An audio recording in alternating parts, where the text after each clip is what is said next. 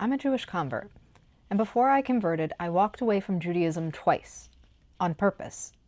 Not because I didn't care, but because I cared enough to be afraid. I knew that if I converted, I'd be Jewish forever. And forever is a long time, y'all. You don't get to undo that. And that terrified me. It still does, frankly. What if I chose wrong? What if I couldn't live up to it? Or what if I want out later? What if I committed to a version of Judaism, a version of myself that I couldn't sustain? So I tried to live a normal life. I stepped away. I got a job teaching English in France for a year, and then the second time I was in law school. I wanted to see if I could live without Judaism, but it kept pulling me back. The scariest part of conversion isn't disappointing your rabbi. It's deciding who you're going to be for forever. And I wasn't afraid of Judaism. I was mostly afraid of becoming the wrong kind of Jew. In the end, I didn't convert because I was sure. I wasn't. I converted because I kept returning.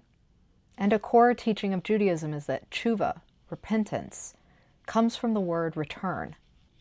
And that taught me something important. Maybe the key question isn't, am I sure? Maybe it's, can I live without this? Because, spoiler alert, almost no one ever reaches certainty. That's just being human. We always have doubts, and that's okay. Hi, I'm Kochava. I've been helping people convert to Judaism since 2010 through my blog, buildingajewishlife.com, back when I was in my own conversion process. And I'll link down below to my free guide, Jewish Enough, a Self-Talk Toolkit. It helps you deal with moments like this. And I don't see anyone out here preaching this, but it seems like so many of us have a self-imposed myth of certainty. The pressure to be sure before converting. It's very similar to the idea that I talk about all the time, that people worry about feeling ready to convert. Sure and ready don't exist. It's a lie that having doubts makes you not serious. Doubts show how seriously you are considering something, that you care enough to cover all the angles and to make a good decision with all the facts available. But a guiding principle of this YouTube channel is we do the best we can with the resources we have. And you need to start seeing doubt as a resource. It's pushing you to be a better person, a better Jew, or maybe not a Jew. Who knows the outcome you'll have? But doubts mean you'll work hard to find the right decision for you. And that's what we care about here. I got so freaked out at the permanent and irreversible nature of Jewish conversion that once you become a Jew, you're a Jew forever, whether or not you do anything Jewish ever again. And I was afraid of choosing wrong, but it was fundamentally about being afraid to choose my future self. Humans don't like to close doors on opportunities. We want as many options as possible. But anytime you make a decision, you are necessarily cutting off other decisions you could make. Conversion just happens to be a little bit bigger than most decisions you make. So I was worried about it from my side, but I was also worried about it from the side of the Jews, because conversion is a two-way process. You have to have a Beit Din, a rabbinical court, approve you to convert. They are standing in for the opinion of the community, welcoming you in as a member. Because we are a tribe. I really hope that the gurgling sounds my stomach is making are not being picked up by this video. So just as much as you are choosing Judaism, the Jewish community is choosing you. It's a two-way street, you both have to agree. And I had so much imposter syndrome. Was I good enough? Was I accidentally lying to them and didn't even know it myself? Did I have nefarious motives that I wasn't even aware of? Yes, brains suck. Brains can tell you so many lies. And if you struggle with imposter syndrome, you can look up there. I've got a video about it. It sucks, but you can learn how to handle it better, even though it will never truly go away. And if you're someone who struggles with doubts like this, I'm going to link down below in the description my free guide, Jewish Enough Self-Talk Toolkit, which is all about imposter syndrome and doubts and how we can speak back to those lies that our brains sometimes tell us. I worried that I would disappoint everyone around me. And quite frankly, I still worry about that. A lot. It is not easy being a public Jew on the internet. But there was also a third angle of worries that I had. Because yes, this is a hydra, a monster of many heads. I had so many uncertainties about the process itself. I went through a conservative conversion and then I went through an Orthodox conversion, and I dealt with these issues at both of those conversions. But especially when I was going through the Orthodox conversion, no one will commit to a timeline, and you know that it could take a year or many years. And all that time you're supposed to not date. You're starting to make changes to where you live. You're starting to make changes to where you work, maybe, or how you work. And these were scary changes.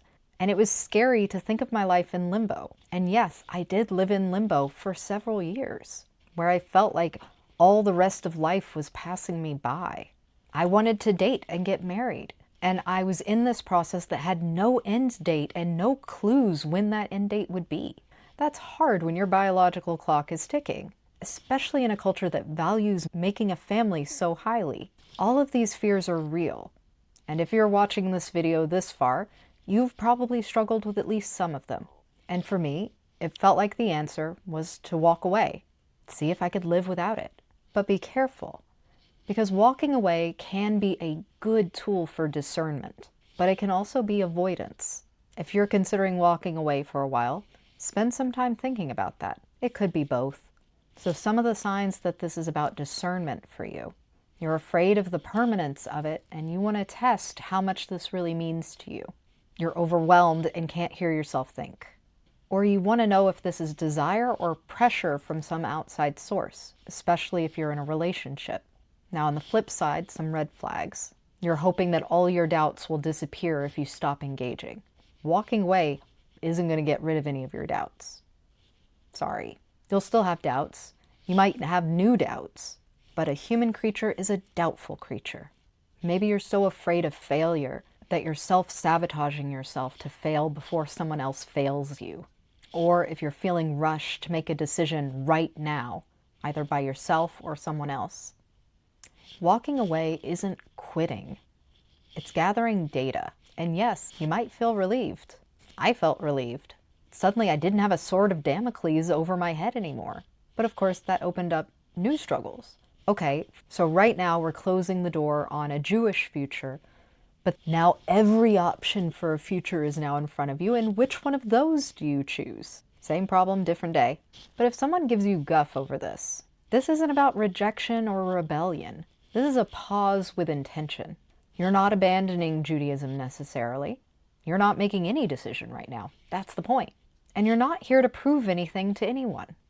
Not your parents, not your rabbi, not your friends, not your partner. You're giving yourself space to notice what remains after the pressure is off, taking your foot off the gas pedal. You don't need certainty to move forward. You just need honesty. And that's honesty with yourself. You don't owe answers to anyone.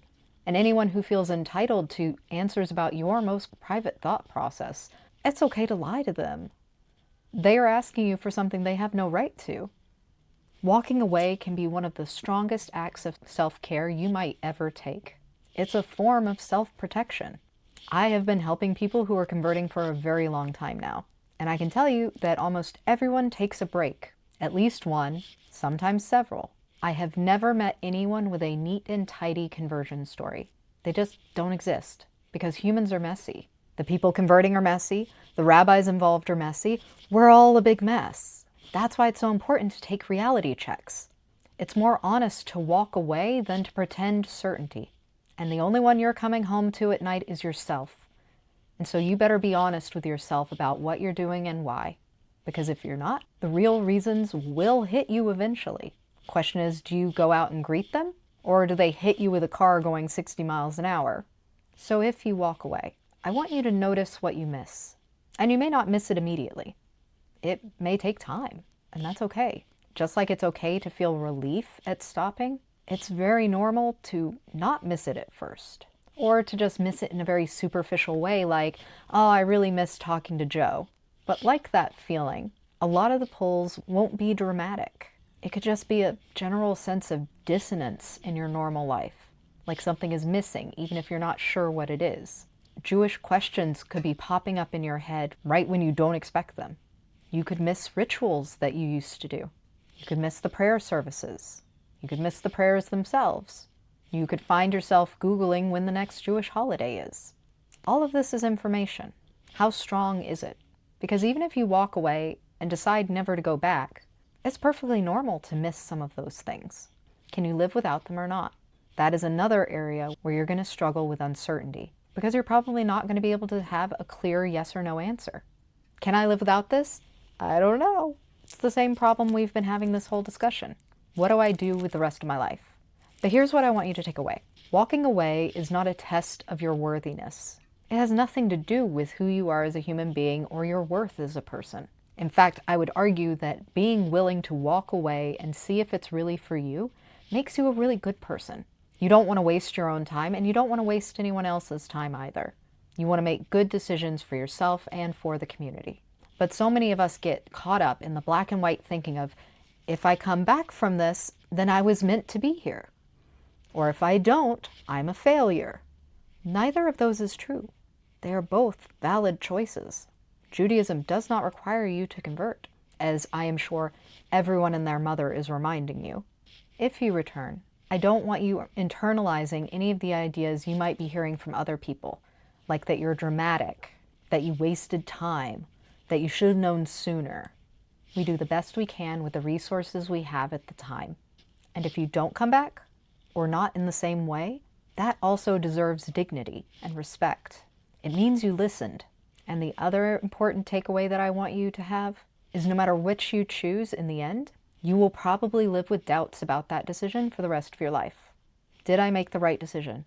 What would my life have been like if I had done it the other way? These are perfectly normal and human. Don't beat yourself up about them. If you're thinking about walking away so that you can see if Judaism is really for you, here's my advice. Do it honestly. Do it intentionally. And don't turn it into a test that you're trying to pass or fail. Pay attention to what stays with you when you stop trying. And remember, coming back doesn't mean you were wrong to leave. It means you were listening to yourself. And that's the good sense and intuition that God gave you.